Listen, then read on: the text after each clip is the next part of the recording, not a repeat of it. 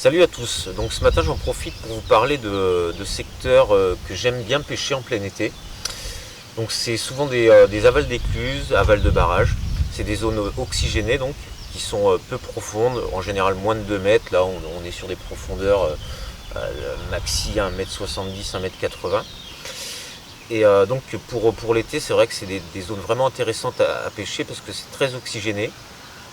Il y a des grandes zones d'herbiers, il y a de la nourriture naturelle, hein, écrevisses, corbicules, donc c'est vraiment très intéressant à pêcher l'été. Donc la pêche n'est pas forcément très compliquée, hein, les poissons c'est des poissons sauvages, majoritairement des communes. Et bon, j'aime bien procéder à quelques amorçages préalables, un peu de graines, un petit peu de bouillette. Là en l'occurrence j'ai mis des live systems accompagnés de maïs, un mélange blé-maïs.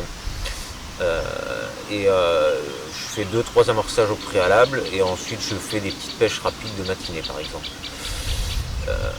Donc en soi la pêche n'est pas compliquée, mais c'est à la moindre touche il faut vraiment être très très réactif parce que c'est des zones de rochers.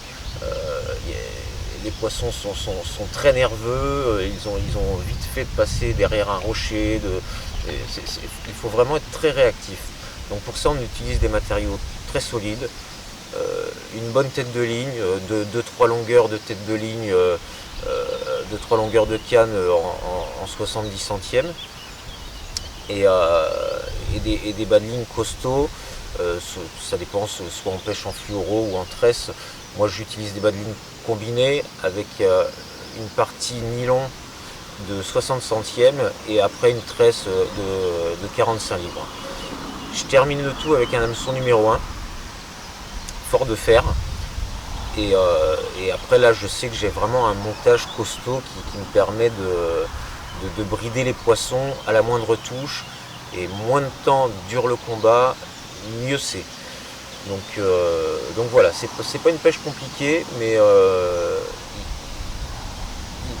il faut être vraiment très réactif.